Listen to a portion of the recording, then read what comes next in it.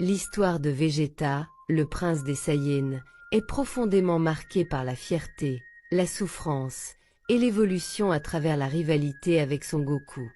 Cette dynamique entre les deux personnages est au cœur de l'âme même de Vegeta et de son développement tout au long de Dragon Ball Z et au-delà. Vegeta est le dernier héritier d'un peuple guerrier, les Saiyans, une race fière, forte et destructrice.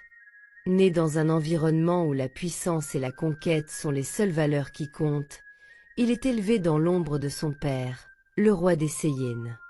Le jeune Vegeta, entouré de la brutalité de l'univers, incarne dès sa naissance la grandeur et la fierté des Saiyans. Le destin de Vegeta est scellé dès son plus jeune âge.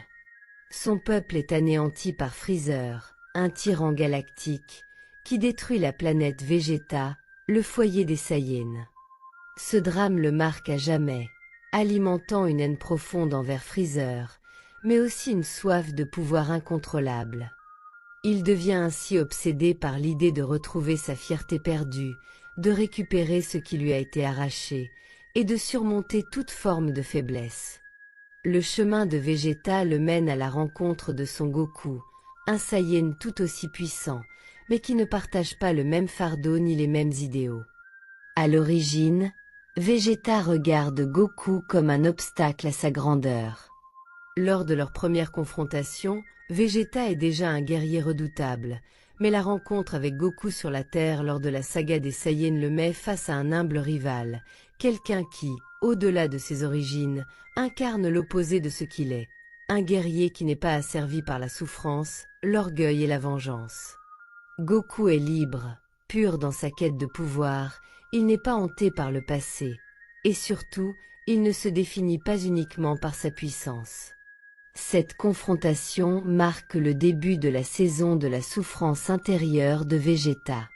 Il est déstabilisé par l'absence de la colère et de la haine chez Goku, qui, sans savoir, remet en question les fondements de sa propre existence.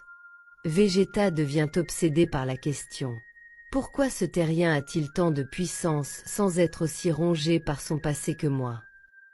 Au-delà de sa quête de puissance, Vegeta incarne une philosophie de la fierté inébranlable.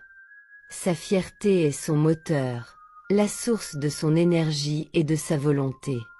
Cependant, cette fierté est aussi une prison. La manière dont il a été éduqué et les lourds poids qu'il porte, la destruction de son peuple, la domination de Freezer, l'image de son père le pousse à penser que sa valeur ne se mesure que par sa force brute. Tout au long de Dragon Ball Z, la puissance de Goku devient pour Vegeta non seulement un défi, mais un reflet de ce qu'il pourrait être s'il abandonnait sa haine et son orgueil. Goku se distingue par sa capacité à apprendre, à grandir sans jamais perdre son humanité.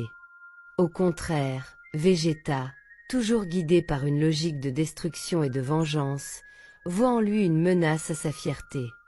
Cette tension atteint son apogée lors de la transformation en Super Saiyan.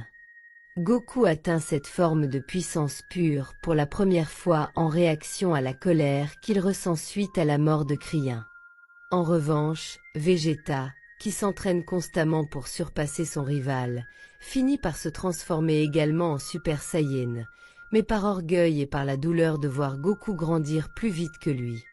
Ce passage marque le début d'un long chemin de rédemption, où sa fierté commence à s'effondrer, car la puissance ne suffit plus à remplir le vide intérieur qu'il ressent.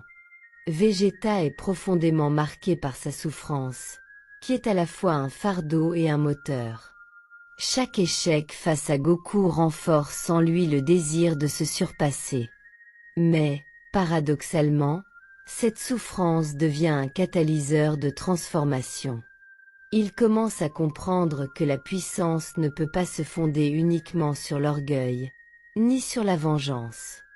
Lors de la saga de Majin Buu, on le voit céder à la tentation de l'ego en permettant à Babidi de réveiller son côté obscur, mais cela se soldera par un moment de grande réflexion. À ce moment-là, il est à la fois un guerrier et un père. Il souffre de l'idée qu'il pourrait mourir sans avoir atteint la perfection, mais sa rencontre avec Trunks et Bulma révèle une autre dimension de sa personnalité, l'amour. Cet amour qui, paradoxalement, le rend plus humain et plus vulnérable, tout en l'aidant à transcender sa propre arrogance. Lors de son sacrifice face à Majin Buu, Vegeta réalise que son humanité, cet aspect qu'il avait toujours ignoré, est ce qui le rend réellement puissant.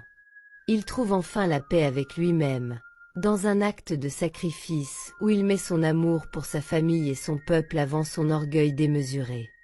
Il est un homme, et non simplement un prince des Saiyans.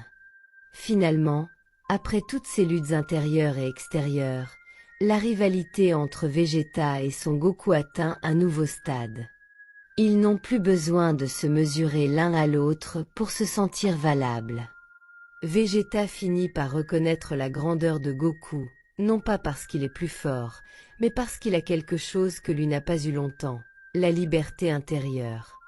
Vegeta, à l'instar de Goku, trouve sa place dans l'univers, non pas comme le prince d'un peuple disparu, mais comme un père, un mari et un guerrier en constante évolution.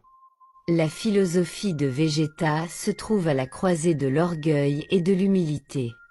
À travers ses souffrances et ses luttes contre Goku, il apprend à évoluer. La montée en puissance de Goku devient pour lui un miroir, un défi et une leçon qui, au final, lui permettra de s'élever au-delà de sa propre haine et de sa quête de vengeance. Vegeta, à la fin, ne recherche plus uniquement la puissance brute, mais la véritable force intérieure, fondée sur la compréhension de lui-même et de son amour pour ceux qui l'entourent. Nous arrivons au terme de notre vidéo, surtout n'oubliez pas de vous abonner pour ne pas rater les prochaines histoires sur votre personnage préféré.